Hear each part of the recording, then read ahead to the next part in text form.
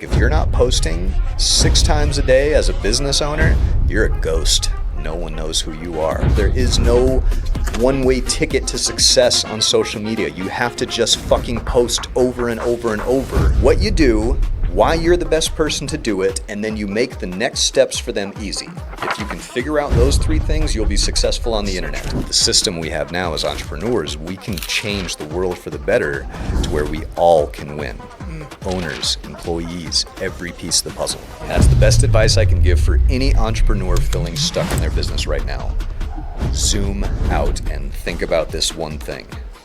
What do you want your client experience to be? If you have a product, a service, it all comes down to the client experience. How can you deliver something that nobody else can deliver? Something that only you can deliver? What does that look like from start to finish?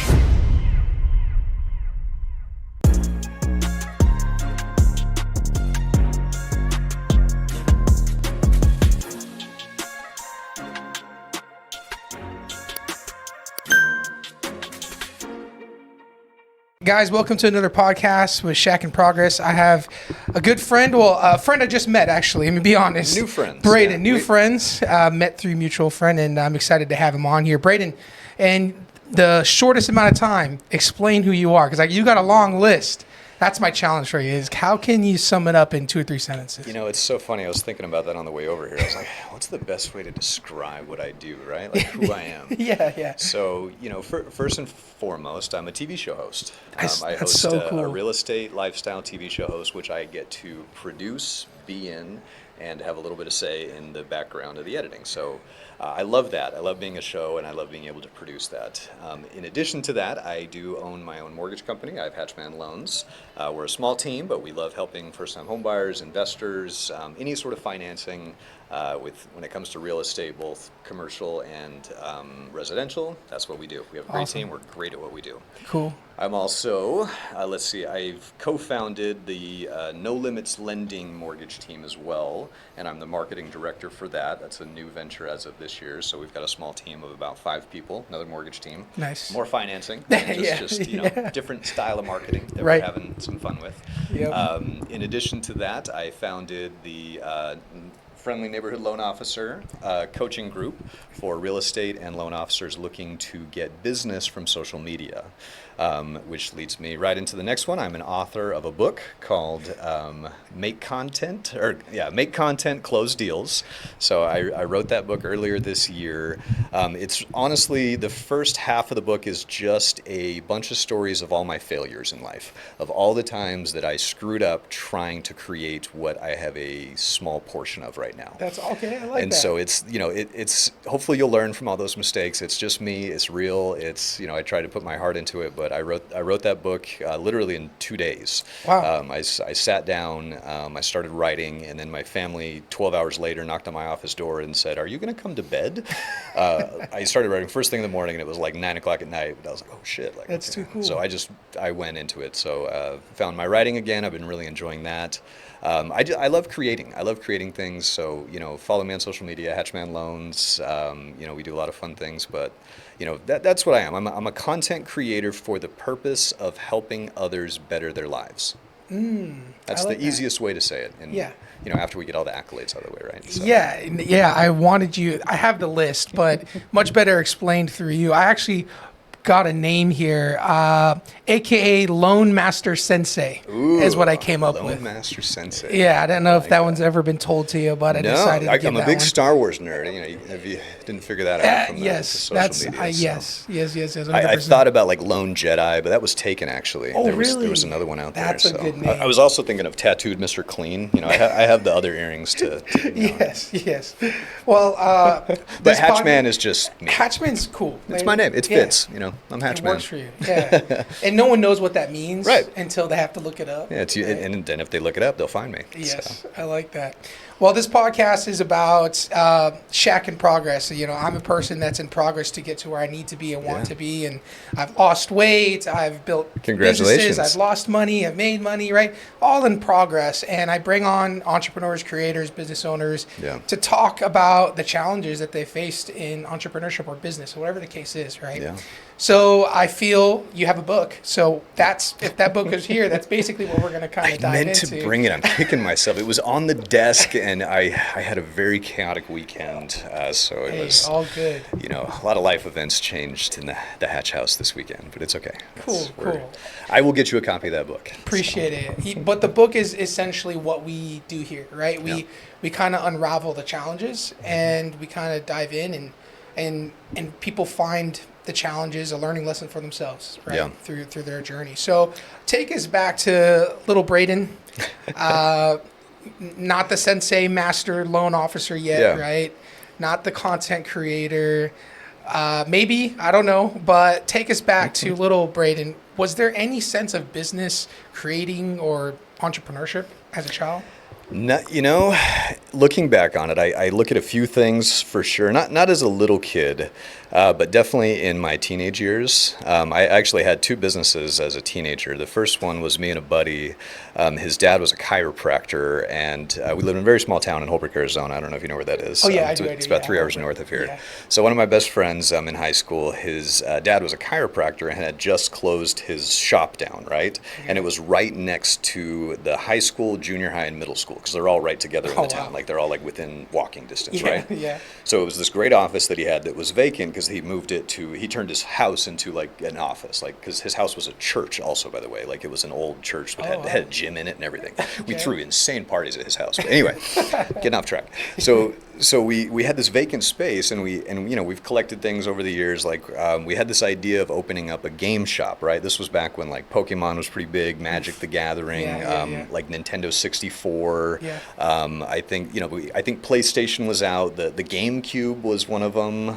Like the old NES, the Super Nintendo. So we took all of our old game systems and old TVs, and we hooked them up in each of these rooms that were offices, and then we would charge people by the hour to play video games. No way. And that was our business. We called it the Hideout. I like so we were that. 16 when we did that. That's cool. That business venture lasted 45 days. Wow. We did not make enough money. His dad made us a deal that as long as we could pay the utility bills, that's all we had to do. Okay. We didn't make enough money to pay the utility bills the very first month and had to close down. What were you guys charging? What was it? I don't even remember. Like I had no idea. We're like, yeah, just come on in. We ended up just making it like a party house, right? 16-year-old kids. It was crazy. So that was my first step into, taste of entrepreneurship, I guess you could say.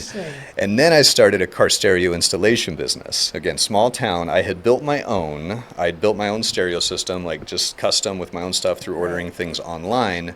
But I was finding deals through eBay and wholesaling. I actually started my first LLC called Clean Car Audio when I was 17. 17? Registered it and everything. Opened up a bank account at Wells Fargo. I had to have my parents' permission because I was under 18. Yeah, exactly.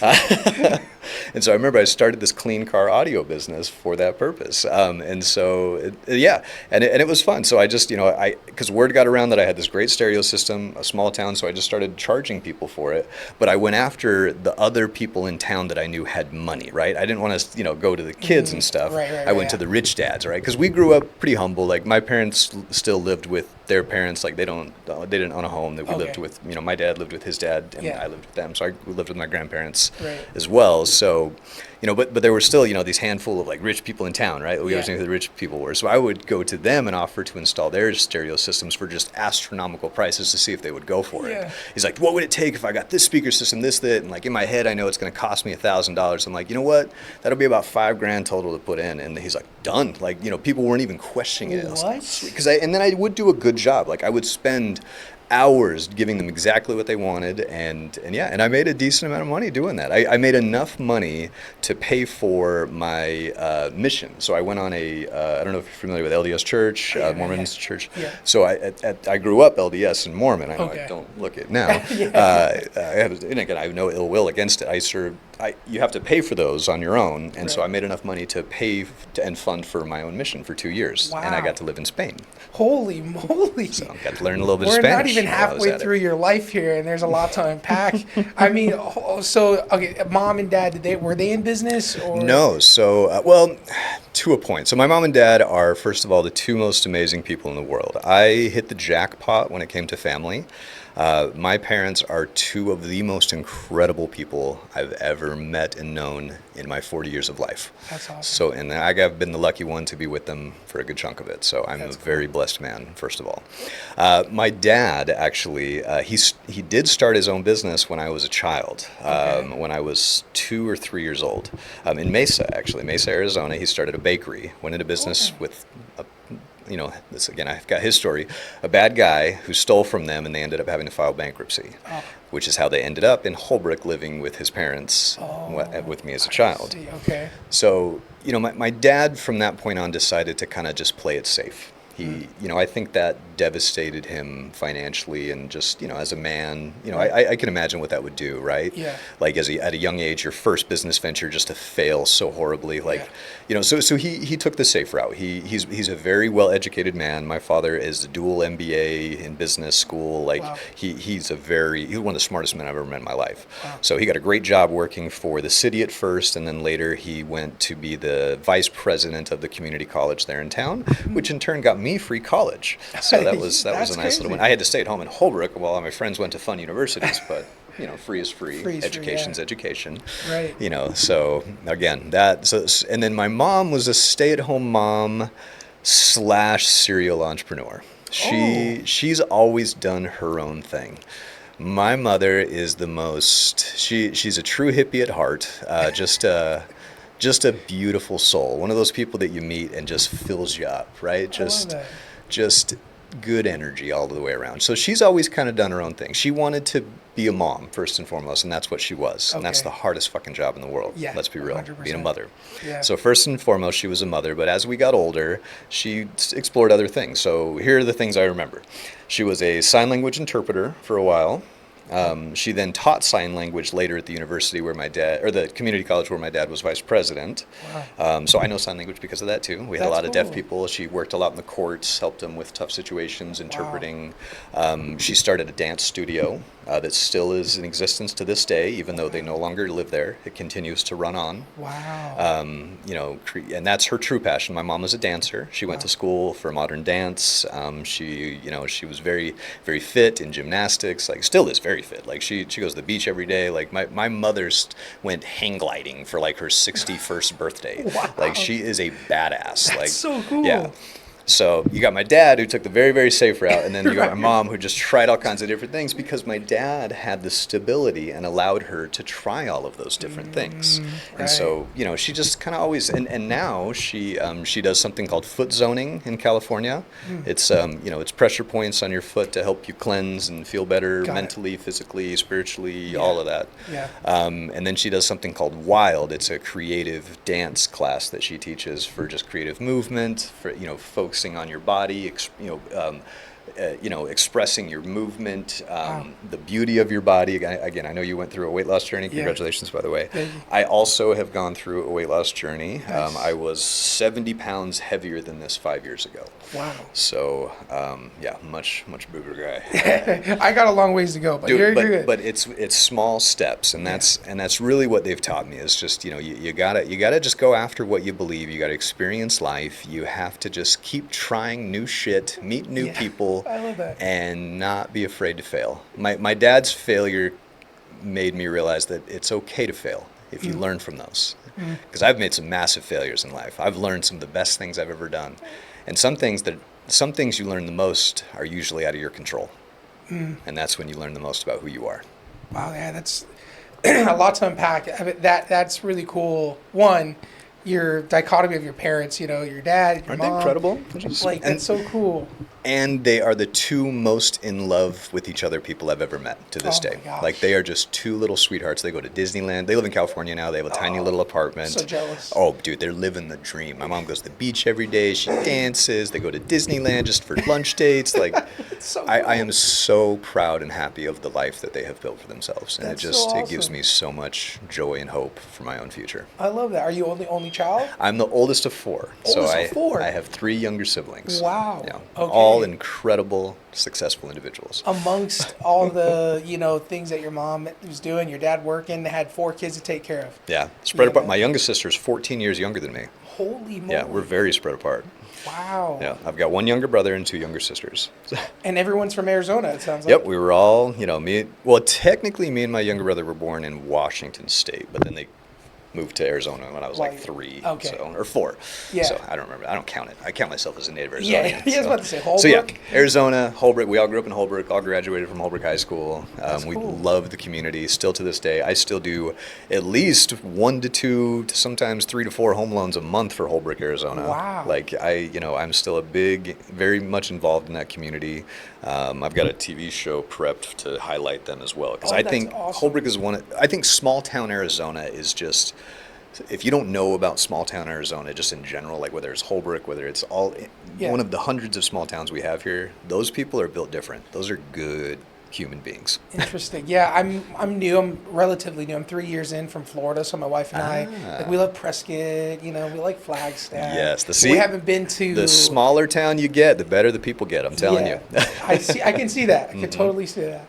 So take me back to 17. You've got this car audio installment business. Clean car audio. It fascinates me a few things. Like at 17, one, you're doing something that you love, which is installing your own audio system. Yeah. Then you're going to go out and get business. Yeah. And you had the thought of, why don't I just go to the richest people in town, right? Yeah. And I think a lot of businesses and entrepreneurs, even salespeople, they kind of fish for the lowest hanging fruit a lot of the time. Sure. And it works out, but they're having to do a lot of business to if you get do to enough the of it. one. Right. Exactly. Mm-hmm. So at 17, what were you thinking? Where did that come from to go after the big fish? It happened by accident. So, I've always had a job, right? So my parents had a rule for us. We either had to be in sports, we either had to be playing a sport full time while we were in school, or we had to get a job. Wow. Like once we were, in high school. That's a good one. So the sports I played were soccer during that season. It was like soccer football season. Huge soccer player. I was the goalie.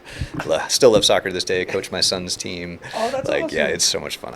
Huge soccer nerd. So yeah, the United States just needs to get on board with soccer. It's fun if you pay attention.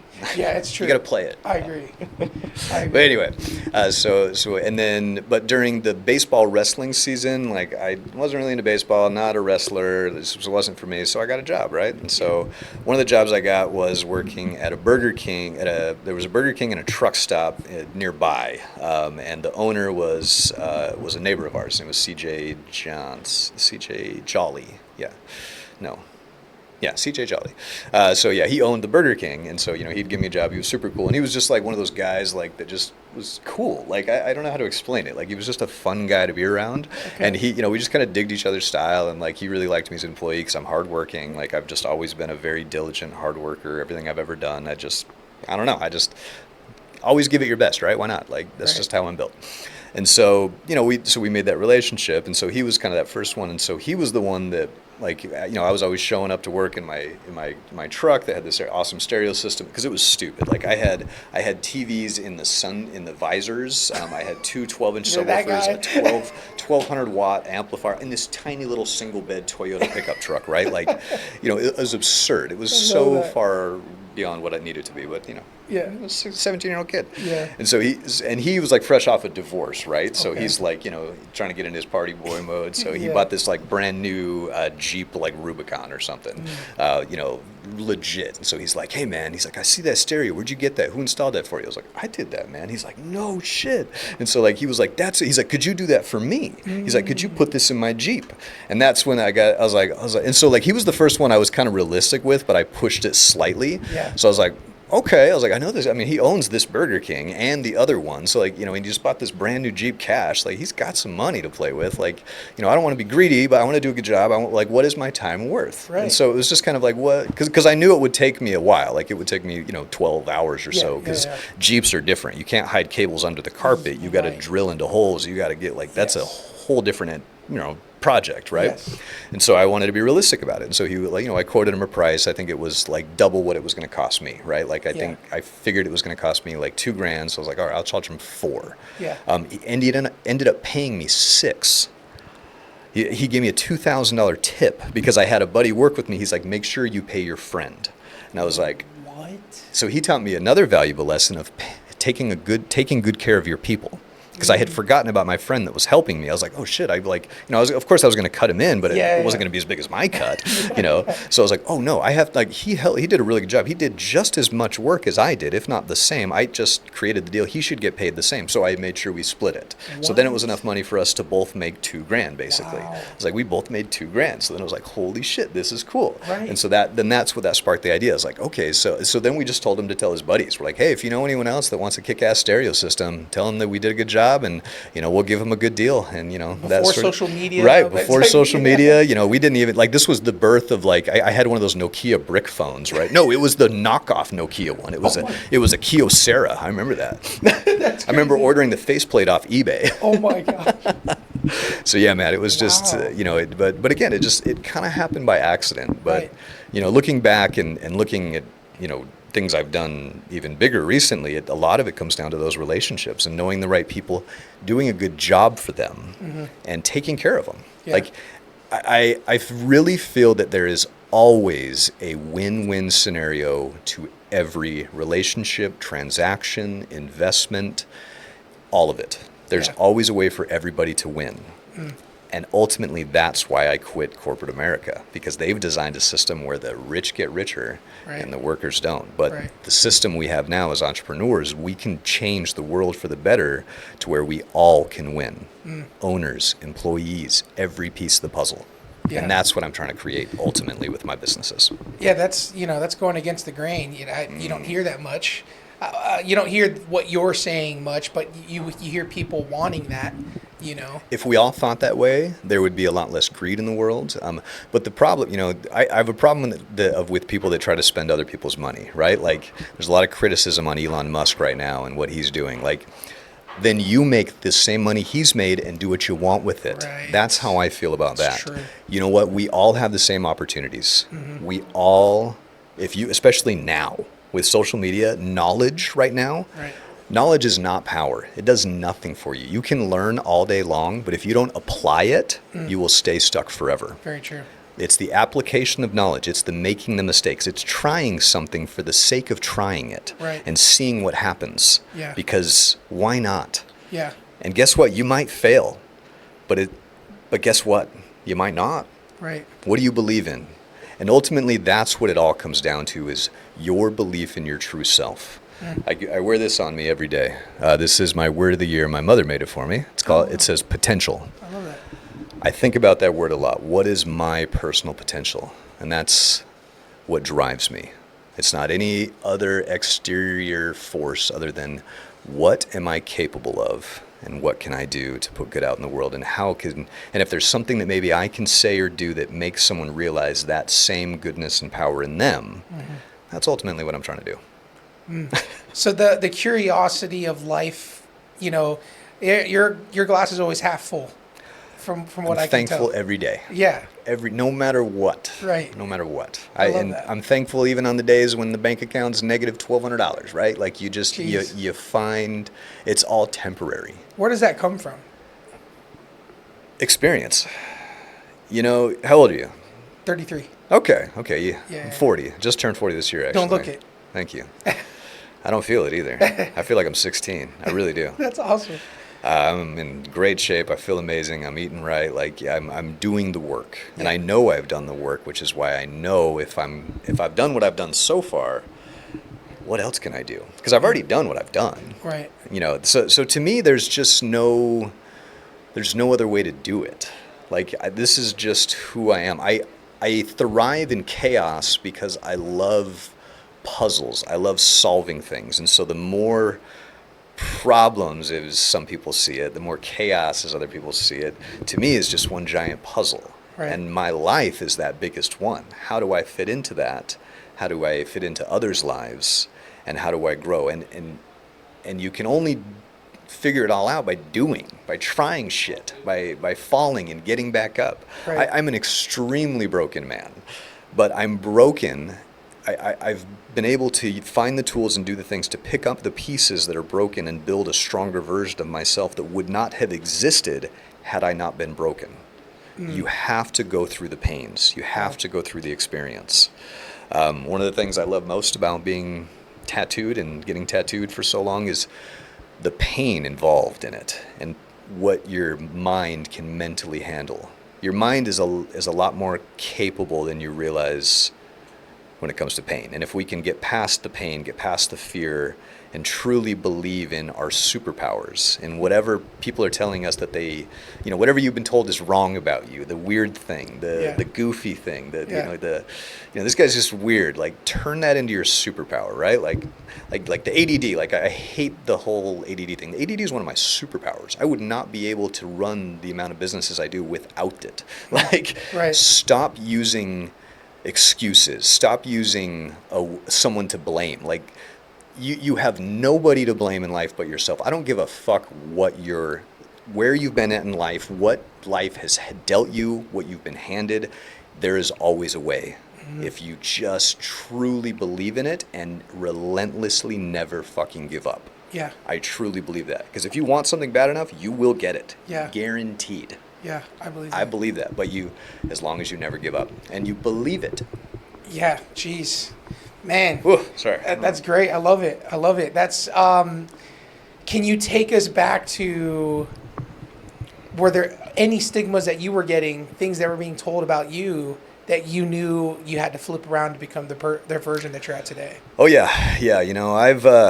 I've always been kind of a cocky little shit. That's been, I've had to be humbled many, many times, and I'm still working on that.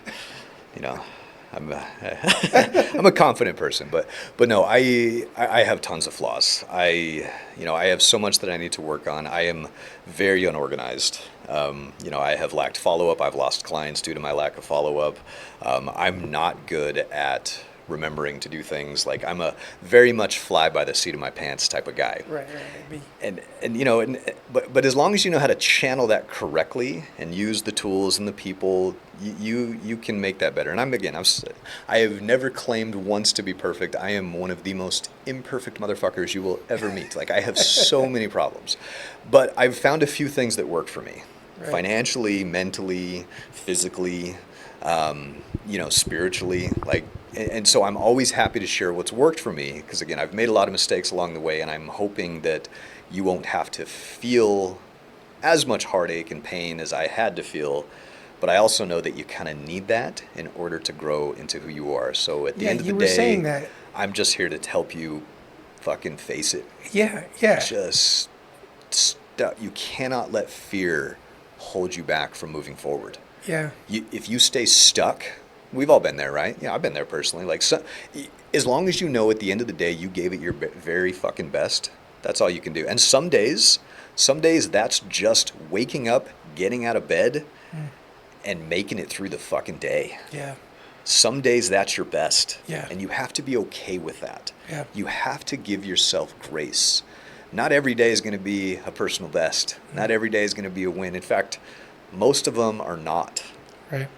Look at the sky at night, right? It's mostly dark, but the stars seem extra bright. You got to focus on the light. That's very true. There's a lot of darkness around us all the time, but if you focus on the light, you'll find the light. Yeah. If you stay in the dark, you stay in the dark. I love that. Michael said that you're a special guy. And sitting here in front of you, like, I'm a regular guy, man. I'm an everyday guy. I'm really nothing special. Everyone is just as special as I am. I really, truly believe that. It's hard to find, mindset is everything. And I love that you said you're a broken man. You just knew how to put yourself together. So can you take us to that broken, man, and talk about where you were there? Because I know there's some listeners listening that may be in that moment. Yeah. They're broken and they don't know how to put themselves together.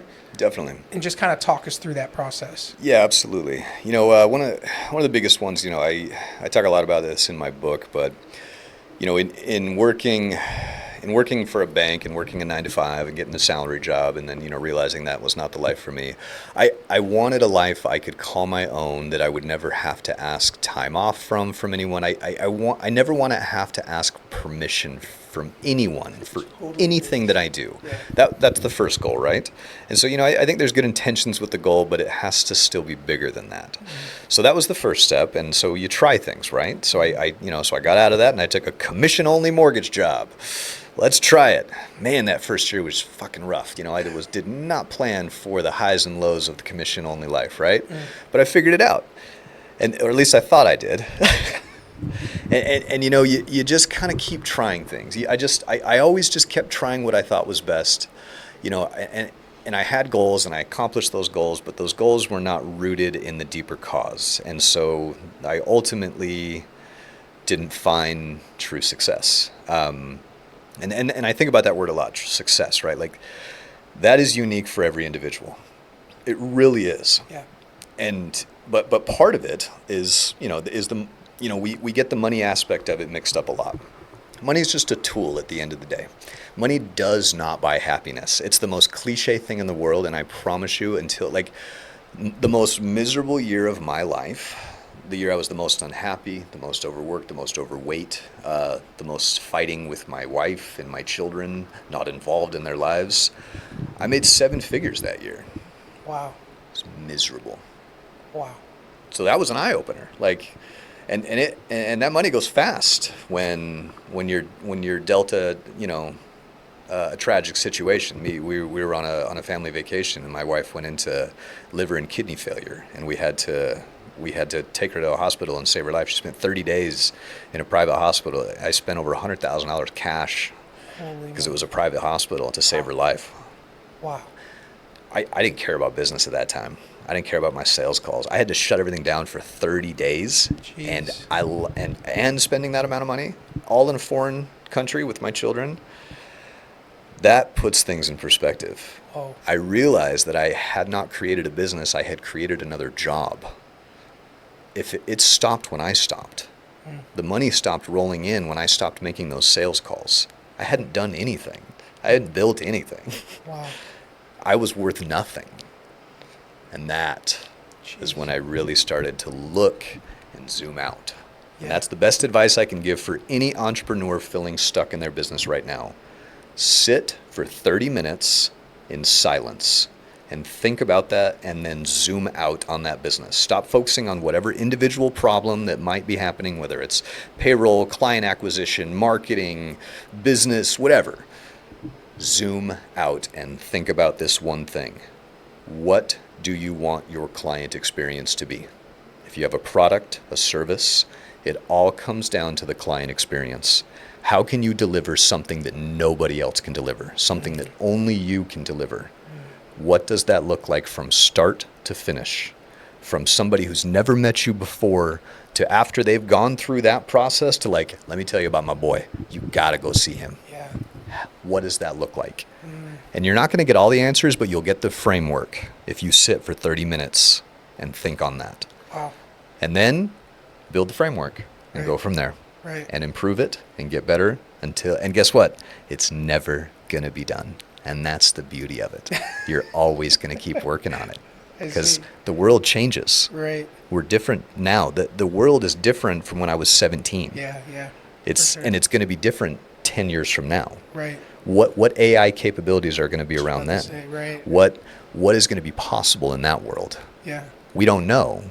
So you can't design a system for a world that doesn't exist. Yeah. It takes constant redesigning, just like ourselves. I love that. Wow. To pivot, because we're going to get back to some of that, I just wanted to share your first Instagram post. I don't know if is this number 1? Oh my God, this is before. First. This is when I was like a bank manager. This one. This is a bit racist. I'm just so it was a car show. It was a car show. Oh, this is a car show. Okay. Talk to me about these 2 posts. It was a car museum, if I remember correctly. Okay. So my son there, that's my boy Easton.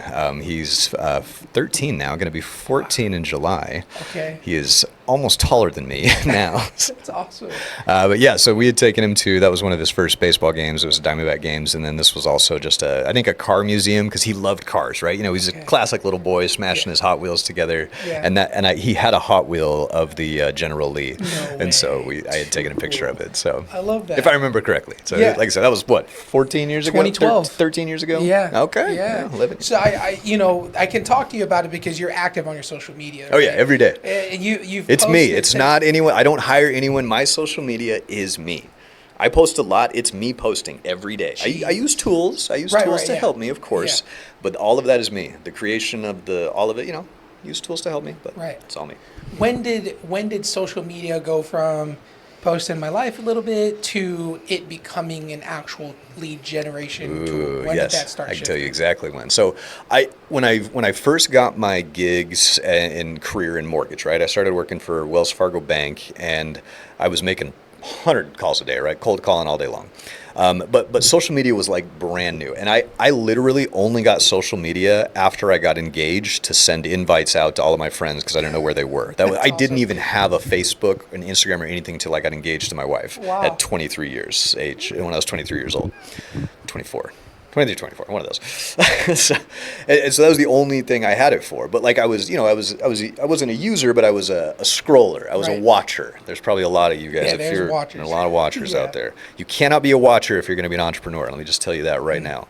But I was watching, looking at everything. It's okay. And I remember talking to my manager, and I was like, would it be cool if I made I'm making like 100 calls a day. Could I make like a video that talks about this same thing and just post it? Because I feel like more than 100 people might see it, and that would kind of have the same effect, right? Like, so I had that idea of like, instead of cold calling, why not make a video and put it out in the world? Like, and they're like, oh, well, compliance, the bank, right? Like, well, we can't do that. I was like, well, what if I make a really good one, like a professional one? I hire an editor. And so I did that. Like I hired a guy. I was working with a real estate agent at the time who was dabbling in video and offered to make this video for me. So I came over, we did voiceovers, he recorded me, like we did like scene transit, like we wrote this whole script for this video, and we kept it very clean and professional, like not my style at all. It's like, my name is Braden Hatch with Wells Fargo Mortgage. I would like to help you save money today. Like super corporate bullshit, right? Like not even my personality. Right. But again, I wanted to do the video to get something out there.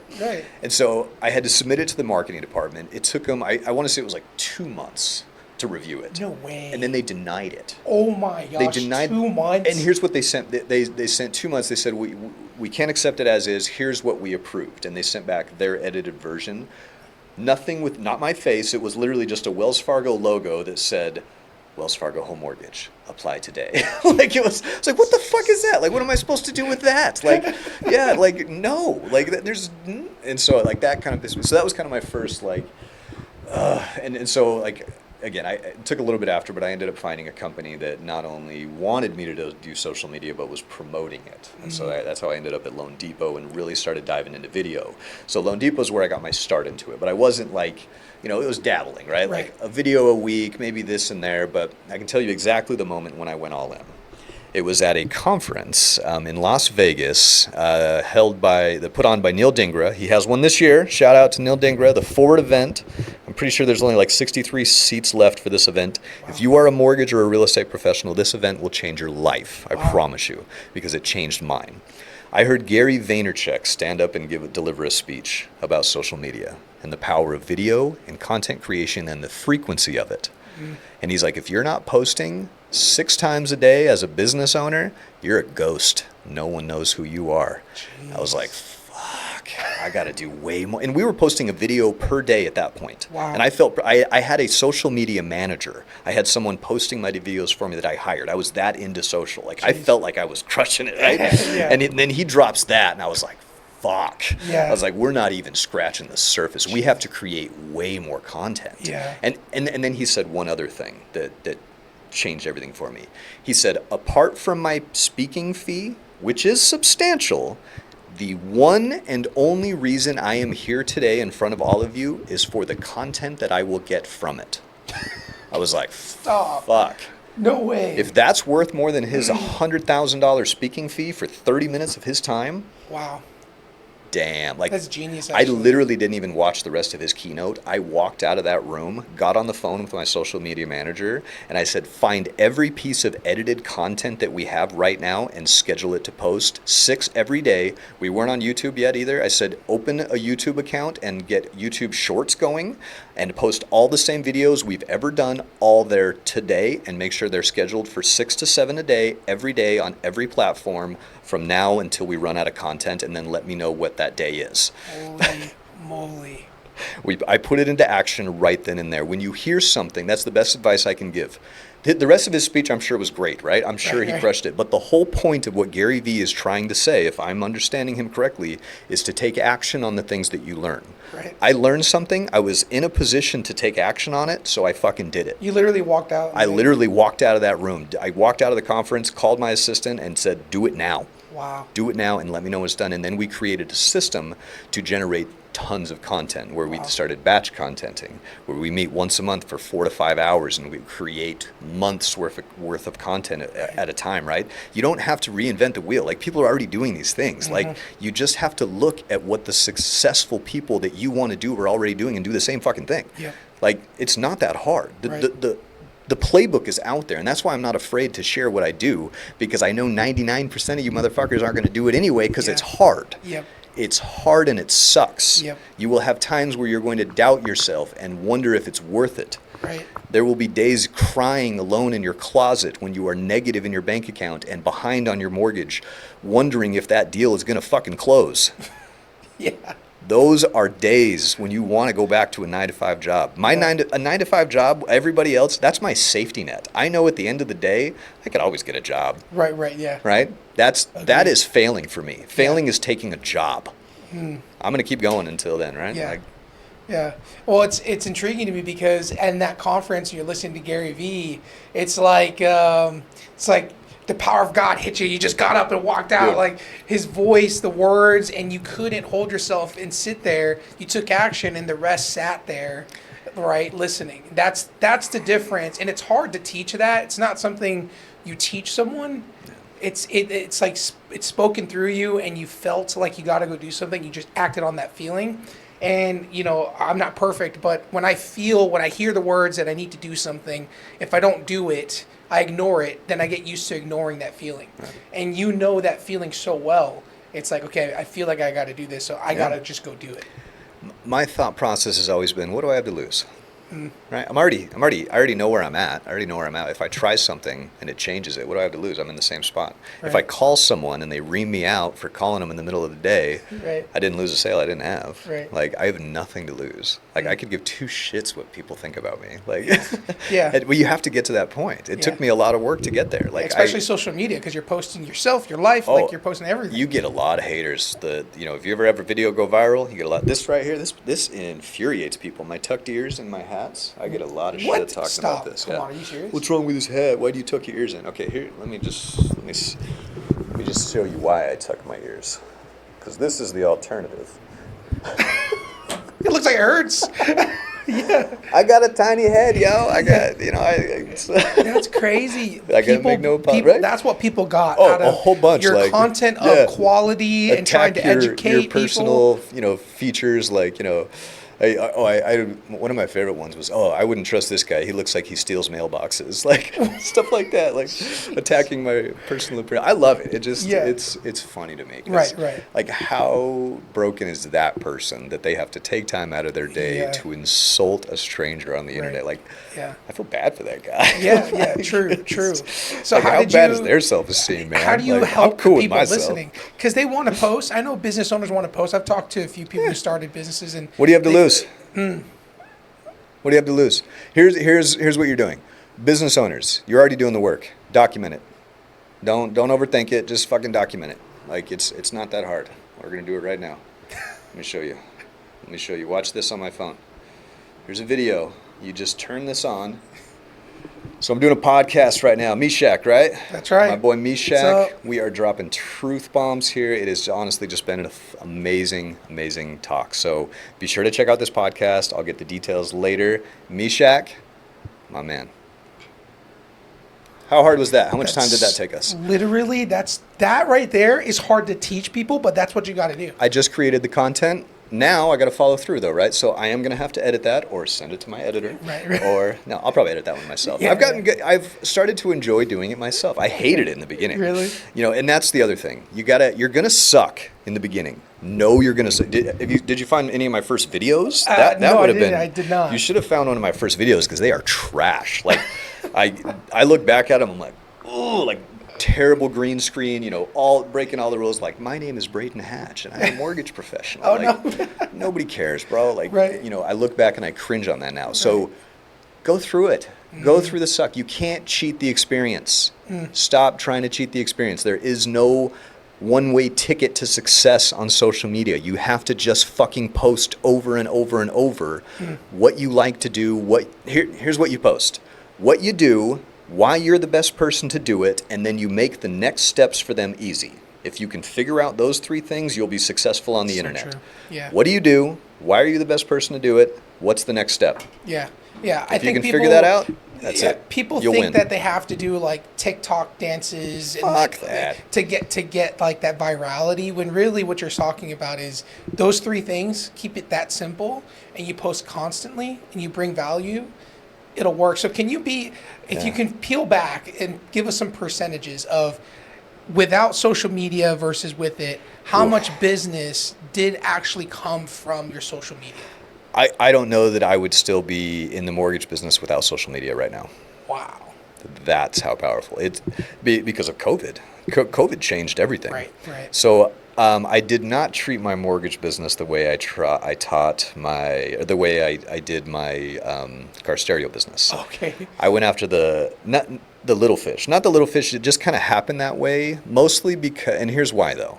It was, this may be a pride thing, I don't know, but the high dollar loan amount people are dicks. I typically don't like working with them. They think that they own me and that they know my job better than me. Right. And they're just fishing for the best possible rate and deal. And that's all they care about. It's transactional, right? Most of those are transactional. Not all of them, but in my experience early on, that's what I had.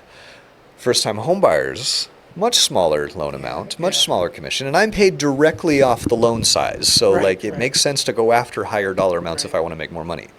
It wasn't worth my time or energy. Right. I would much rather help the $130,000 first-time home buyer with less than $2,000 in their bank account because it's their dream to own a home. I want to help that guy because guess what? It may only be $120,000 now compared to the $1 million loan that my buddy got, who raked him over the coals for a rate and had to cut his commission in half and probably made half of, what he could have made anyway. Yeah. Whereas I help this guy, I do a good job, I have a fair commission for myself, I do a good job for the client, we help them, they tell 10 friends, I help their 10 friends, that's over $1 million in sales. Yeah. And then if you just, again, take good care of people, man. Right. Like, I like to take good care of good people. Right. Like, it's that simple. Like, the first-time home buyers just resonated with me because of, honestly, another talk that I heard. We are best served to help the person that we used to be. I was once a dumbass kid that had no idea what he was doing, that knew he needed to buy a house. My dad always said I should buy a house. It was one of the first things he told me. He's like, you got to buy a house, son. I was like, okay, I'm going to buy a house. Like, I didn't know why. I didn't understand it, but I knew I had to buy that house. Yeah. Right? And I had no idea what to do. That's who I help now. I help that guy. I educate who I used to be. I wish I had somebody like me, 20 years ago when I bought my first house. Right. Because I truly care. And everybody that I hire, every member of my team, I think they care sometimes more than I do because I've been doing it for so long, I've kind of gotten numb to it. But they care more because they dive into it. They look at the person. We don't see a closing date. We say, this is a day you're moving into your house. This is a day you become a homeowner. This is the day you join the people that get to say they have 40 times more the net worth than a renter.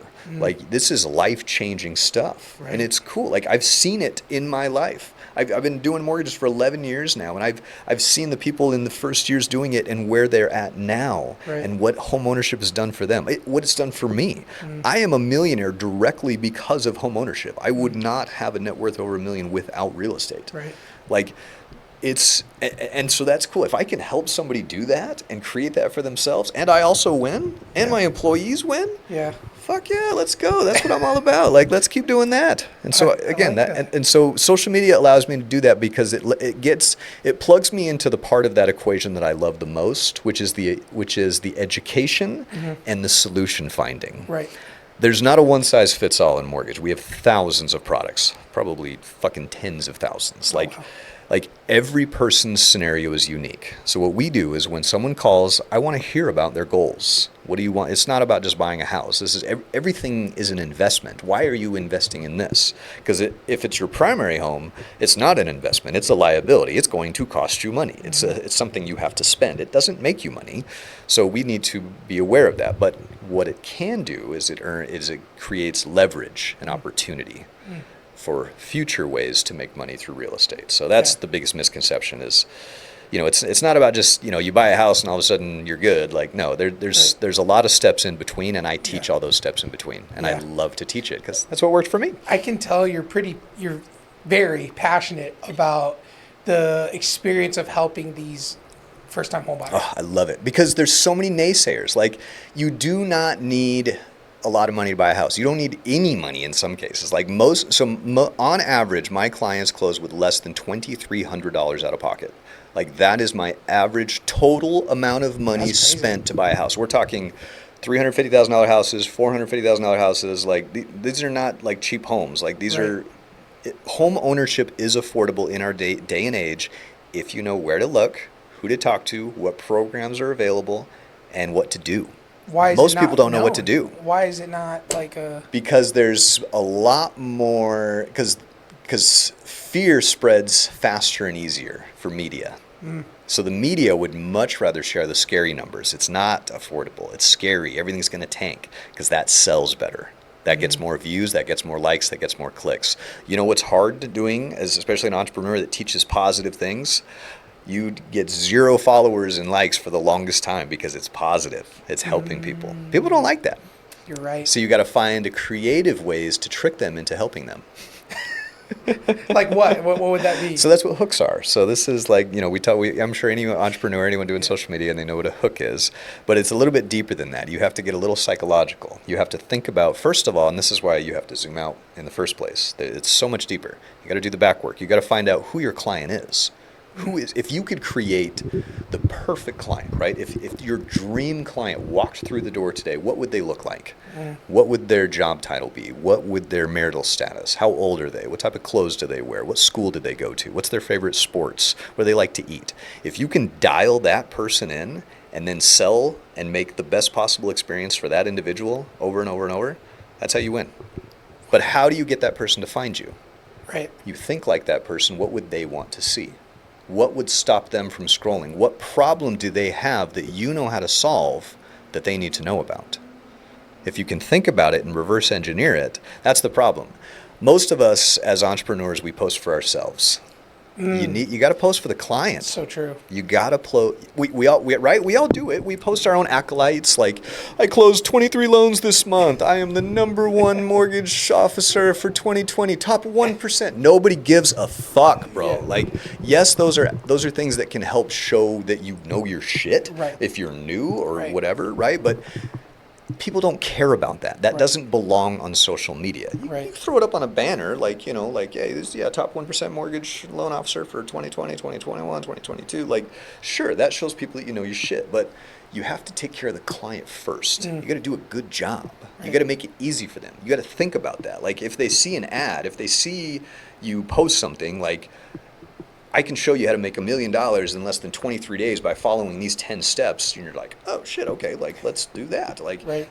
But then the bio says nothing, and you go to your profile and there's no links, and like, what the fuck are you, like, they don't know what to do. Yeah. So they're just going to scroll past because it's too hard. Right. We've created a system of just so much laziness, like, right now. But as entrepreneurs, we have to be better than that. You have to rise above it. You have to think like the investor and not a consumer. You have to think about the person who, the end result. Right. So. Yeah, I don't think people realize our business cards are our social media. They are. And too many times when I'm looking to hire somebody or maybe bring them onto my team, I go through their social media. I look at what they post. I love it. And I'm like, hey, I don't know if I kind of vibe with that, like stuff they're posting. And nothing political. Some of it's just too much. Like, that's what I do as a business owner, right? And I think about that whenever I share my socials, right?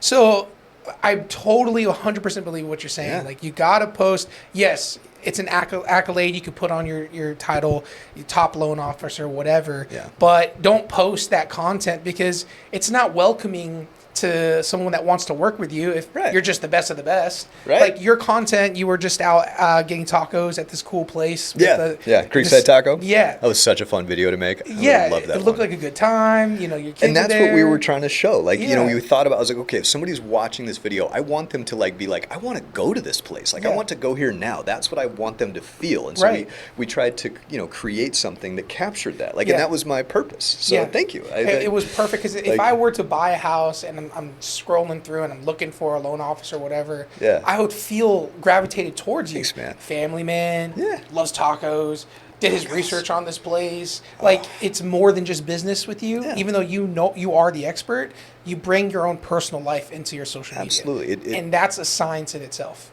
And that, again, just kind of happened by accident, right? It's just you can't be afraid to post the real you, especially in a world right now of all this AI. Sometimes we don't know what's real and what's fake, right? So true.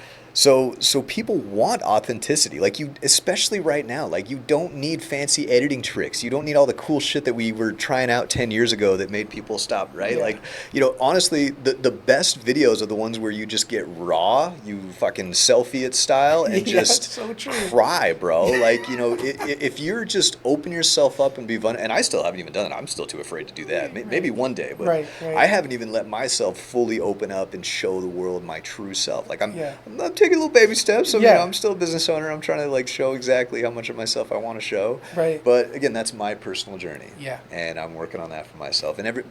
But just don't be afraid, man. No matter what it is, no matter how silly. Like, I've got some crazy shit on the internet, man. Like, I've got telenovela skits where I'm speaking Spanish, playing four different characters in wigs, shirtless. Oh, have you not seen? You got to scroll through my TikTok, bro. Oh, you got to scroll through my TikTok. Yeah, my TikTok is a gold mine of, because I tested all my wild shit there because I was too afraid to post it in Instagram because I have a lot of family there. Yeah. So I did the weird shit on TikTok. That's what TikTok's for. Oh yeah, it was the weird shit. Stuff. So but just don't be afraid, right? Like, they all bombed. They're like, all these videos I spent 3 days excited to make, it's 200 views. It's like, you just have to get over that and you have to keep trying. It's just, internet's a weird place. I have a weird place. He has over 1 billion views of him scraping paint off a paintbrush.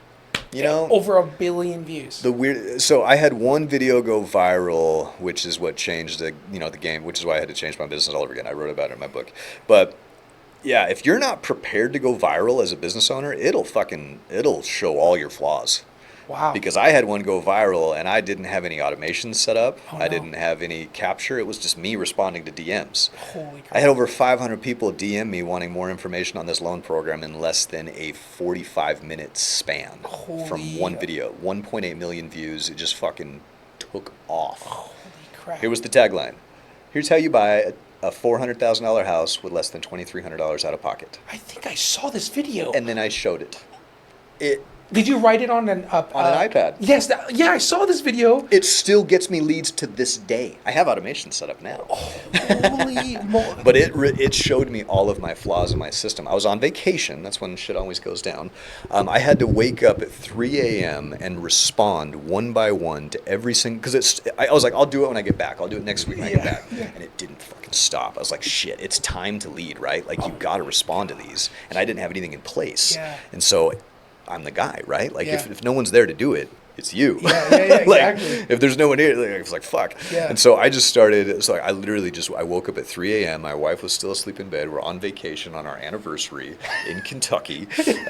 And I'm just responding one at a time. Crazy. One at a time. Like, here's the link to my app. Like, here, set an appointment with me. Here's this. And then I got smart and started creating templates in my phone and was just copy paste. That's the next level. But yeah, right? But even copy pasting took me probably 6 hours, man. Like, to get through every single DM. And then I found on the fucking hidden page. I'm like, son of a Oh, bitch. no. It was like 200 more. I was like, God damn it. Yeah. Like, you know, but again, like, here am I complaining in a, you know, pretty tough time for Too mortgage. many leads. I've got all these leads. Like, but if you're not prepared for Yeah, it, that's if you don't right, have the yeah. right systems in place, it doesn't matter. Oh, And geek us out a little bit. Oh. You go high level. Like, what did you do for the automation? So Go High Level is what I got first. I've transitioned out of that, and I've used a program called Bonzo now. It just works a little bit better specifically for mortgage because it's built around mortgage. Right. But Go High Level is the GOAT. It's just it's a little too technological for what I wanted to do. Right. And Bonzo had the templates that I wanted for a lot of plug and play stuff. So you know, so the main goal is right. Like you know, everything I do is still organic. I actually don't do any paid ads. Never have. No way. I've never done a paid ad ever. That's crazy. Ever. That's crazy. Yeah, we're going to start doing it now that because we've been testing it organically for years and we're finding what works organically. Now but I still don't have enough people to make it work the way I would, like because I'm preparing for mad volume. Like I'm assuming it's going to blow up, and so I want to have all the back end pieces a little bit better before I start throwing paid ads behind it. So right now we're still running organic, but here's the system. So basically, you know, it depends on the platform, right? We'll just use Instagram because that's where I have, I think, the most followers. I've got 25K on Instagram. But so, you know, there's not many calls to action anymore. It's a lot of lifestyle stuff, if you've noticed. Yeah. Those do better because when the calls to action come after a bunch of lifestyle videos, we've noticed the open rate is like 7 times higher. Really? So people need to see the fun stuff because if they get hit all day, so it goes back to Gary Vee's book, like the jab, jab, punch. You can't just punch them all day. People get annoyed and they unfollow you. We tested it out. I lost like 17 subscribers in 1 week when we did nothing but calls to action. Wow. And then I switched it to nothing but lifestyle stuff with 1 call to action at the end of the week, and I got like 5 appointments. Whoa. And 22 new followers that week. Wow. So I was like, so it's the subtle approach of like showing them what's possible and then doing the ask. But because then the ask is not an ask at all. It's just providing them a solution for a problem. In my case, moving to Arizona, getting a loan, lifestyle, stuff like that. Yeah. So I forgot where that was taking me. I'm just listening to you. So the process. So anyway, so on Instagram, so like let's say the call to action is, if you want to learn more about this program, DM me the letters DPA. And so then they'll DM me DPA, and there's an automation within Instagram which sends them a link to chatbot builder, or what so it's all through Bonzo. So I've just it's the all links in one. that they've got landing pages. So I just link, and because like all my socials will plug into the Bonzo program. They all live in the CRM, and then even my the loan origination software, like where they actually enter in their information to take the full loan application, that's integrated with Bonzo. So even down to the loan application, that's what was why we ultimately did it, because it made a seamless process. So let's say you buy a house, you go under contract, all of that, right? There's a million steps that take place. I'm not involved in any of them, but every day or every week you'll get an email from me, a video from me, a text message, a voicemail. You get all of these things. So it looks like I'm very, very involved. They're just automations going through the process. My team runs all of it. They move them through the pipeline. They drop them from this pipe to this pipe, which triggers the email to go out, or a video, or a text message, or a voicemail. Jeez. And then 3 days later, the same thing for a follow-up. So I know I'm shitty at follow-up. I'm not going to try to get better at it. Right. I created a system that follows up for me. Yeah, just automate that thing. So everybody thinks I'm awesome now. Yeah. All I did, I spent maybe 45 minutes setting that up, and it's done. Jeez. It's done for every client, every time from here on out, as long as we keep using this system. Yeah. Now we just got to feed it. It's too many entrepreneurs don't have this yet, don't have the automation. Zoom out. Yes, like what you said, yes. Because you know how I found all this stuff out? I asked. You know who I asked? ChatGPT? ChatGPT. I swear to God. I'm seeing that more often. It walked me through step by step how to create automations in Bonzo. You gotta teach it a little bit first, right? I was like, do you know what Bonzo is? It's like, yes, Bonzo is this. I'm like, okay. Like, here's what I need to do. How do I do it? Walk me through it step by step. And it just goes, boom. It's like, would you like me to give you the email template? I would like an email template. Scary. Would you like this? Like, so scary. I wrote my book through ChatGPT tools. It helped me outline the whole thing. Stop. We're recording this whole conversation right now with ChatGPT, and I'm going to outline the whole thing for you. You're further and turn down it the into rabbit hole more. than I thought. I'm going to turn it into more content. Holy. This is more content for me too. That's why I'm here. Just like Gary Vee. Okay. You learn from the best, do what the best do. Okay, yeah. You're an entrepreneur that's taking advantage of the times that we're living in, but you're trying to stay ahead of the curve, and you are ahead of the curve amongst the groups that I'm around and people I talk to in business. Cool. Hey, then that's the first step. If I helped one person level up a little bit faster, that's what I'm all about. That's it. I love that. If I can help you do it, let's go. Yeah. Because this is just day-to-day shit for me now. Yeah, I love that. And I'm working on trying to find it, and I'm still working on trying to make it better. It's not perfect. I got a lot of work to go. Right. Yeah. I love that. It still needs so much refinement. Right. But we'll get there. I love that. I'm going It's to about the start rounding us off here for a little bit. I know you got some things to do. So one big question that just keeps gnawing at me is I've met a lot of high-level people doing a lot of different things throughout the day, multiple businesses. A lot of them have a family life that's, somewhat okay, and some I met a billionaire and it was not okay, right? His family life wasn't.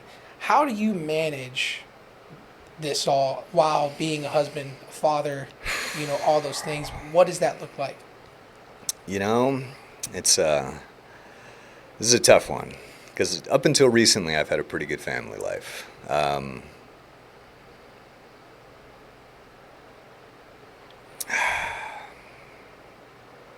My wife is an alcoholic. We've just recently learned this through a very difficult accident, which she did to herself while drunk. She has a brain injury. She's in rehab right now. She's So sorry. She's going through a lot. My kids have had to witness all of it. This is all very recent, out of this weekend. So sorry. I debated coming here today. I wasn't even sure if I was going to talk about this, but you know what? If it helps someone, she is getting the help that she needs, but she is no longer living in my home as of this weekend. I am not asking, nor do I want a divorce. I love my wife more than anything. She's going to get through this, but she has to do it herself. Unfortunately, she's made these choices for herself. She's chosen alcohol over her family, over other things, and it breaks my heart. But I know that she can come back and be the person who I fell in love with. Because when we first met, I was headed down a bad path. I was going down a dark path, and she got me out of it. So I know she can do that again for herself. So right now, me and my 2 children are amazing. We are great, but my wife could use some extra love and prayers right now. But me and the kiddos, we do great. I don't even, you say, how do I manage it? That's the best part of what I do. The best thing I've ever done in my entire life is being a dad. I love being a dad. The most important, I have schedules throughout the day, but I have, during the school hours, I have time blocked in the morning and the afternoon, because every single day I take my kids to school and I pick them up. I do it every day, and it's the best part of my fucking day, because my kids are the light of my life. They teach me more about life and business than I've ever learned from any conference. And I could write a whole book on just what they've taught me. But my children are incredible human beings. And they are because of their mother, because of how well she took care of them during their younger years. I know she's going through a tough time right now, but I just want it known that my wife is one of the most amazing people in the world, far better than I am. This is just something, this is her battle right now, and I know she'll beat it. Yeah. And I'm not worried about it at all. I love that. So to answer the question, family life is good, but it's unique. Yeah. It's hard, but I look forward to what this will teach me and to what I can learn from this experience. I really, really do. Like, I'm hurt and sad that my wife has to go through all that she's going to have to go through to come back to us. And I wish there was a different way, but we all make choices in life, and we have to, we are all a direct result of our choices. Wherever you are in life, whatever's happening, you've only got one person to look at, one person who made it happen. Yeah. That's you, good, bad, ugly, whatever. Yeah. But give yourself grace. If you feel it's bad, get that bullshit out of your head. Yeah. Get that little voice in your head that says you're not good enough. Fuck that voice. You Yeah. are good enough. You're strong. No matter, I'm serious. Like, whatever it is you feel in life, push away that feeling that says you're not good enough. Get past it and do it anyway, because you are meant for bigger things. Every person I know has something special that only they can offer. If they would just stop being afraid to let it out there, Yeah. and just be who they are and unapologetically be who they're going to be.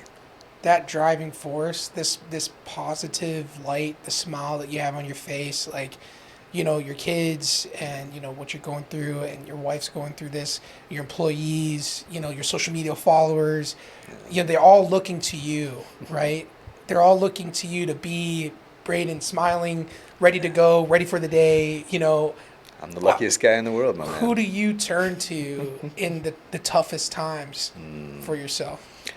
You know, there's not just one person. I have so many good people in my life, and depending on the situation, I have a different circle for a different person that I know I can reach out to in every important aspect of my life. That's cool. Right? I have another buddy who talks about his 5 Fs. He feels that everybody should have the 5 Fs, right? You've probably heard it. I know, I've never heard it.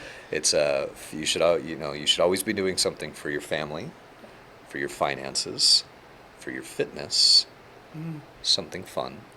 Oh. And shit, what's the 5th one? Family, finances, fun, fitness. Friendship? Maybe it's friendship. I can't remember. Feels right. Sounds right. Sounds right. Let's go with friendship. He's going to kill me now. He's not going to be like, motherfucker, you forgot the 5th. Yeah. Bryce Franson, very good guy. Cool. He's the lending giant on social media. Okay. You'll see why he's like 6'9" or something. He's a monster. Holy moly. He's a good dude, though. Heart of gold. Just That's one of the awesome. best human beings I've ever met. So I also don't have a favorite food for this reason. I don't like to pick favorites because there's too many good things in life to just pick one. Oh. There's too many good people for me to reach out to just choose one. If I have to choose a go-to in the darkest hours, it's my mother. Okay, I'm a mama's boy at There you heart. go. Hey, it's my I love mama. that. Like, I am a true mama's boy. I That's got good. no shame. It's always good that you have, even at the status of level Yeah. of everything you're carrying, that you have a place to go to, Yeah. right?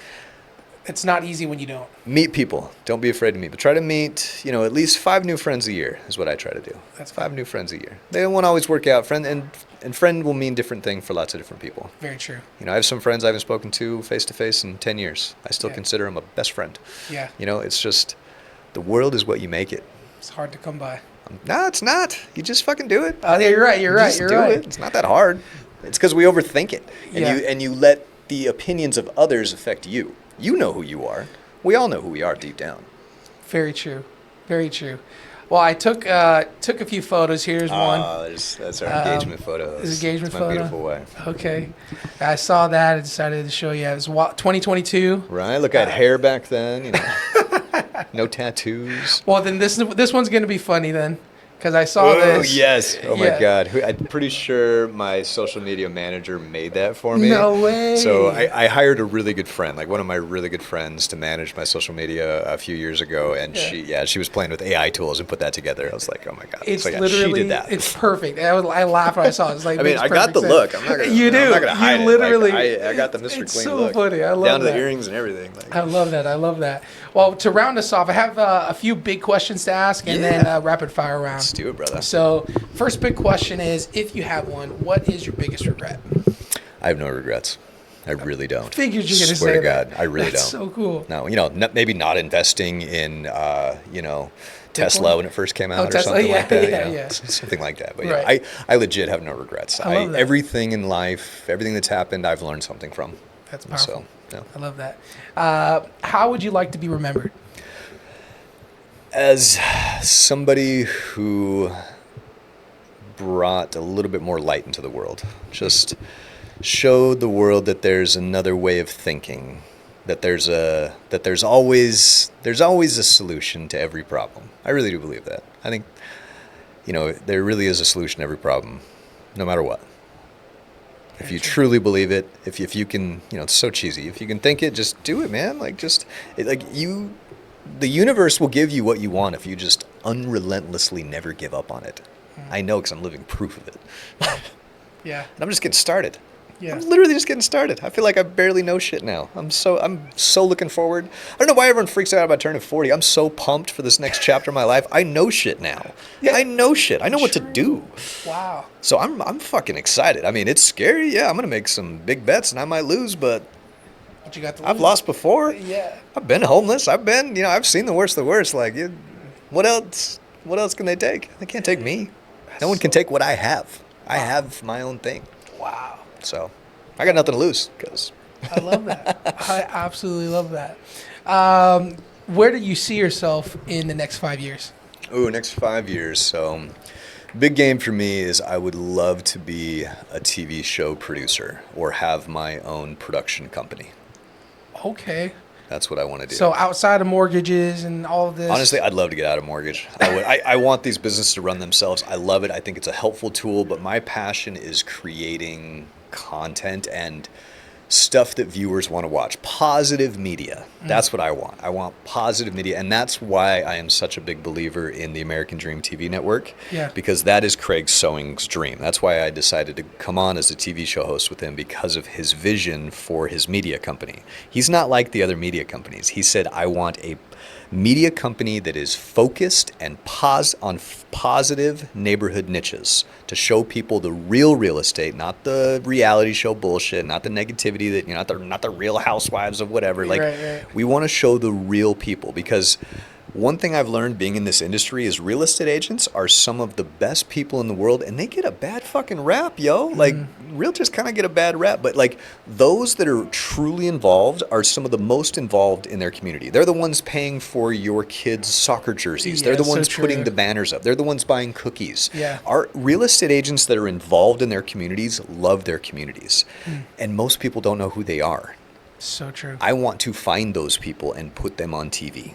Wow. That is my next goal. I love that. I'm actually looking for 5 specifically to build a 30-minute show. 5-minute segments for a 30-minute show. I need 5 real estate agents right here in Arizona. 5 superstars, hidden gems that want to be on TV. I'm looking to hire 5 real estate agents. Wow. That is the next phase of my project. I I have a class that I will be teaching to real estate agents on how to make money on social media, and then I will have the opportunity, if you want to be on TV, it's not going to be for everyone. This is for a very specific individual, someone who knows they're special, someone who needs to be on TV and show their talents. I think we all might know somebody like that. Yeah. They're hiding. We know Yeah. who they are. I'm looking for that person. 5 of those people, Okay. to be specific. All right. I have a guy. I'll send him your way. Ooh, okay. I need referrals. Yes. Okay. Question: Did the TV show find you through social media because They of did. everything? Yeah, they called The me. power of social media. I would not have my TV show gig if it was not for me posting on social media. Freaking crazy. So here's how their program works. They typically hire real estate agents because it's actually a great marketing tool, right? To be on TV as a real estate agent. Right. Like, it's pretty hard to lose a listing on $1 million client when you can put their home on national television, right? Like, it's a good opportunity. Right. And so, but it's a bigger opportunity for real estate agents, and they were piloting the idea of bringing in loan officers, because I'm not a real estate agent, I'm a loan officer. Right. So they'd called me, and I was like, all right, well, I'll audition. I was excited for it. I was like, okay, TV, like, I'd never heard of it. It's a very small time, but I was like, it's an opportunity, right? This sounds like something I would like to do. And then I heard the pitch, and I was all in. I was like, fucking, this is it. Like, this is what I've been waiting for. This is several facets of my life that didn't make sense before finally making sense as to why they're all coming together. Like, Wow. It was an accumulation of like massive clarity of like, I was meant to do this. Wow. It was crazy. And so I was all in. Like, so with that, like, it was just that realization that it's so much bigger, that there are other people out there. And what was kind of cool was their model is they only hire the select few people, right? They had invited 1,200 real estate agents to audition, and then they hired 5. Whoa. They brought in 1 loan officer and hired this guy. So 5 plus you 6 out of essentially 1,200. Of the top real estate, because there was 2 parts. For me anyway, they said they wanted to have a good social media following, a good presence on video, Yeah. but also have the numbers, also have sales, be good to at your back it up. job. Yeah, you got to be a top agent, you got to be a Right. top mortgage professional. So Whoa. those were the 2 things, and I guess there just weren't many loan officers who were top loan officers and on social media, Right. which is very interesting if you think about Yeah, it. it's niche. People say it's a saturated market. I haven't even started paid ads yet, guys. Like, I get 5 to 6 appointments a week for loan applications through organic content. That is free for me. It doesn't cost Wow. anything. That's crazy. Sorry, I get a little wild with that. I'm like, there's no fucking excuse. It's free. It's time. Yeah. It doesn't even take that much if you do it right. Right. I work an hour a week on it. That's it. Jeez. That's mind blowing. Guys are fishing for leads, throwing money out there for leads all day long. I mean, it took days and nights and hours of building it before it could get to that. Yeah. I don't want any secrets. Like you cannot cheat the hustle. You cannot cheat the hard work. Yeah. There's no way around that. Yeah, social media is a muscle cheat itself. The trial and error. Yeah, because it's different for everyone. Yeah, people think you just post and magic happens. It's not. You know, I'm not perfect at my posts, but it's over time. I've been posting for years and figure out what's cool, what's not. You know, there's concepts, there's trends. Right. But again, you have to capture the right person, right time, right place, be that right guy. And the only way you're going to do that is by making more content. Right. The more times you do it, the more chances that'll happen. Yep. Weird, huh? The more times you do something. So true. Yeah, and it costs how much to post? How much does it cost? How much does it cost? Like, fuck your excuses. Like, you just... So true. I hate excuses. I do. They drive me insane. Like, people are like... Is Gary Vee here right now? It sounds like Gary Vee right now. It infuriates me because it makes sense, I have every excuse in the world to throw shit away, right? Like, I've been given every excuse to give it all up. Right. I know it's not going to make me happy. Why would I do that? Yeah. It's not what I want. That's, that's the fail-safe. I love that. I'm going to keep trying. Keep trying. Keep trying. Hasn't made me broke yet. So. Last big question. I'm curious to hear this one. Close a few times.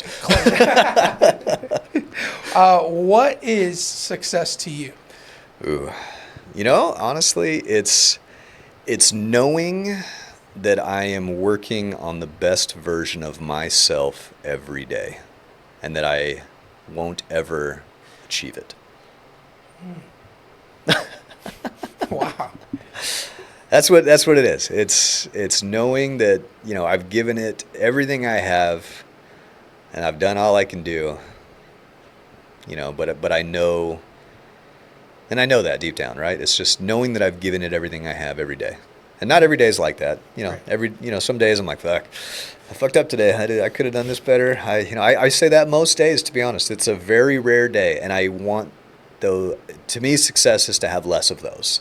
To have more days where you can just be proud of yourself and be happy of what you've accomplished. And as long as you can put it all in and leave it all out there, no matter what happens, whether you lost money, made money, money's a tool, just like anything else. You can use it to better your life. You can use it to make your life a lot worse. Yeah. Your life is what you make of it. Everything you do in life is an investment. Your time, your energy, your money. Me being here, I'm investing my time. I believe I have invested it wisely. I needed this probably more than you know. This was so good for me. Well, I hope that, and again, I'm being selfish, right? Like, I did this for me, but I also hope that maybe somebody else got something out. And if something that I said today triggered something in you to try something a little different, to post that video instead of hiding it on your phone, then I'm glad. And then that's also what success looks like to me. If I can just help that one if there's one person out there that I might be able to help, I'm successful. Yeah. Yeah. And if not, I know I did my best anyway, and I'm still successful. Yeah. I guarantee there's a few already that are thinking to post and start to do the thing that they know they should do. Yeah. I think your life speaks volumes as you do what you say you're going to do instead of saying what you're going to do and never do it. I always try to, at least. I'm not perfect. Yeah. I've had plenty of instances where I said I'm going to do something and then forgotten about it. Forgotten's a good thing. That happens. But I'm fucking human, man. Yeah, it happens. But I really do honestly give it my best every day. Yeah. Especially for those that deserve it, right? Like, you know what I'm talking about. Right. Like, I like to give good where good is. Give back to those that deserve it. I can be a little harsh. If you're a dick, I'm going to be a dick back to you. So I'm a good energy matcher. So if you're a good person, I'll be a good person. Yeah. So. Well, that in sales, that's kind of what you do, right? You kind of mirror kind of what's going on, and you have to match that energy. So there's a lot of tactics, but I would actually disagree with that now. I think you should just unapologetically be yourself, because the real people will find you. And if they don't, and if somebody disagrees with you and doesn't like your style, you don't want to be friends with that person anyway. You don't want to work with that person anyway. The more you can say no to those that drain your energy, that put negativity in your life, they're not worth it. I don't care how, and that's why I stopped working with $1 million clients. It wasn't worth my energy. It was a much fatter paycheck. Right. I'll take time and positive and a smaller paycheck all day. Wow. That's how much it's worth to me. My energy, people. It's okay to say no to people. That is what brought me a lot of power, saying no. Wow. Of like, you know what? I don't think we're a good fit. Like, if you're just looking for the bottom of the barrel rate and you want someone to do your bidding, go maybe try rocket, homie. Like, I don't think we're gonna, like I'll tell people straight up, and it throws them off. They're like, well, hey, hold up, like, what do you mean you don't want to do business with me? Like, it kind of throws them off. Like, and it's like, and then they get a little apologetic, and it's like, look, let me tell you how this works. I really do know what I'm doing. I've been doing this a long time. And you need to listen to my advice if you want to accomplish the goals, which you already told me in our consultation that were important to you. I'm just repeating back to you what you told me is important. Now you need to let me be in my lane, do my job, so that we can bring this thing to fruition. Wow. And if that's not your vibe, then we're not the right fit. That's a huge sales tip right there. That's big. Saying no. Saying no, homie. Yeah. I love no. Shutting it down. But I wanted to be here today. I really wanted to be here today. I almost didn't make it, so thank you. I know this went probably way longer than No, this is it. The rapid fire round of questions. Boom, let's do it. I don't think too much about it. I don't ever. Pizza or spaghetti? Pizza. Coke or Pepsi? Pepsi. Okay. A walk on the beach or early morning hike? I feel like I know this one. Walk on the beach, actually. Oh, okay. Yeah. I'm thinking about hikes for you. It would have been, so a year ago, it would have been a hike. But I've recently, been digging the beach vibes. Like, I was never a beach guy before because I'm fucking white as hell. So anyway, sorry, rapid fire, go. Okay, cool. $1 million once or $15,000 a month for the rest of your life? $15,000 a month the rest of my life. Easy. Okay, why? Why is that an easy one? Yeah, absolutely. Never thought about that. Find money to. This is why debt is awesome. If you can borrow money that makes you money, you want as much of that as possible. You want to get into as much of that debt as you can get into. If it makes you money, get into a lot of that debt. I'm serious. I don't care what anyone says. Fight me on that. Like, wow, that's the first time leverage. I've heard it that way. No, 15. Absolutely. I don't need capital. Like, capital's fun, but I use other people's money. I don't like to use my own money. I use my own money for my own shit. OPM. Yeah. Who's that? Rich Dad Poor Dad? Yeah, that's where I learned it. So again, everything that I do, I've learned from a book, which is why I wrote a book, because maybe somebody might learn something from me. I love it. And I plan to write a lot more. Well, I can't wait to read the first one. So yeah. I've been in a writing kick lately. Like, that's the other thing I love doing. I didn't realize how much I missed it. Like, I've been too busy with all this other shit in my life. So. I love that. Are you football, basketball, or a UFC fan? Hockey. Hockey. I need to add that to the list. UFC would be the one out of the three. So, but I'm going to add hockey because it's not there, and I'm offended. No, I'm just kidding. I'm just playing. I don't. This one. Do you have anything in stocks or crypto, or do you have a favorite of one or the other? No, I actually do not own a single. Well, crypto stock. I've got lots of stock. Okay. But I have a money manager, so I have a financial advisor. Oh, nice. I trust the professionals with my money. She does a very good job for me. So Greystone Financial. Shout out to Jeanette. Jeanette Schwindeman. I always screw up her last name. Sorry, Jeanette.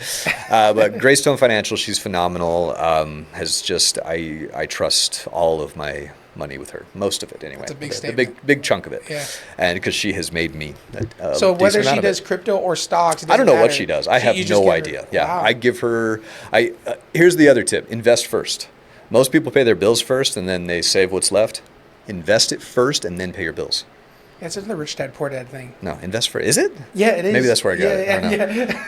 I just live it now, so it's like no, that's like awesome. You invest first. So every month, she gets $1,000 to just whatever, like that, no matter what. And then if I get bigger commission checks and we have a better month, she gets a little extra more. But no matter what, she gets $1,000 a month. So that's huge. I love that. And I've had to pull from it in tough times. So and it's there. And it's there. Like I had to pull for it for 4 straight months one time. Wow. Like I had to get through 4 months of a tough time, but I had it. Yeah. Because she invested it smartly and she brought me good returns. I trust my money with the professionals. With the professionals. Because I don't have time to learn about that shit. I got way too much other things going on. You do.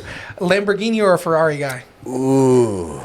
I'm actually more of an Aston Martin kind of guy. Oh, okay. Yeah. That's classy. The suit, James Bond. Oh, Aston Martin Vanquish is one of my favorite vehicles. Or the Vantage. The Vanquish or the Vantage. Yeah, those are tough to choose between two. Okay. Right. From left field, but if you had to choose a type, which one would you go for? I'd go Ferrari probably. Ferrari over Lambo. Okay, yeah. I'm more of a Ferrari guy. I like that. Yeah. Cigar. Oh, yeah. I love cigars. Love whiskey. It's so Ferrari. Absolutely. That's funny. Last question. If you could have any superpower in the world, what would it be? Ooh, the power of flight, for sure. Okay. Always wanted to fly. Yeah. So I was supposed to go skydiving for my 40th birthday, but it was, incident with my wife, which, things to, which is totally cool. So, but I've always wanted to go skydiving because that weightless feeling is my favorite thing in the world. Wow. Like I've jumped off buildings. I've done paragliding. I've done parasailing. But I've never been skydiving. Really? Power of flight, hands down. Would love that. You've done everything except for the one free fall. The second I can find out how to do the Red Bull guy that jumped from space, I want to do that. That's crazy. That free fall feeling is my favorite. That feeling where you're that scared feeling where most people want to step back. Yeah. I get the urge to jump forward. There's something wrong with me. I am not normal. I want to jump off of it. Is it the adrenaline rush? I don't know. I'm not normal, bro. I love that. Man. I have no idea. That's just my first instinct is to jump. When everyone else's instinct is to step back, I'm like, I want to jump off this motherfucker. I love it. Again, if I could survive, it's not like a death wish. I'm not depressed or anything. Yeah. It's just the rush feeling. I don't know what it is. I love it. Well, to end the podcast, what would you want to leave with the audience if there's anything that you want to leave with them and how they can find you? And we'll end it off from there. Definitely, man. So check me out, Hatchman Loans. That's pretty much all my tags. I just bought BradenHatch.com literally 2 days ago. Website's being built, so give me a couple weeks. Right. That's where that's going to be more the TV type stuff. Nice. My biggest takeaway for anyone here is stop ignoring that little feeling inside of you to do the weird thing.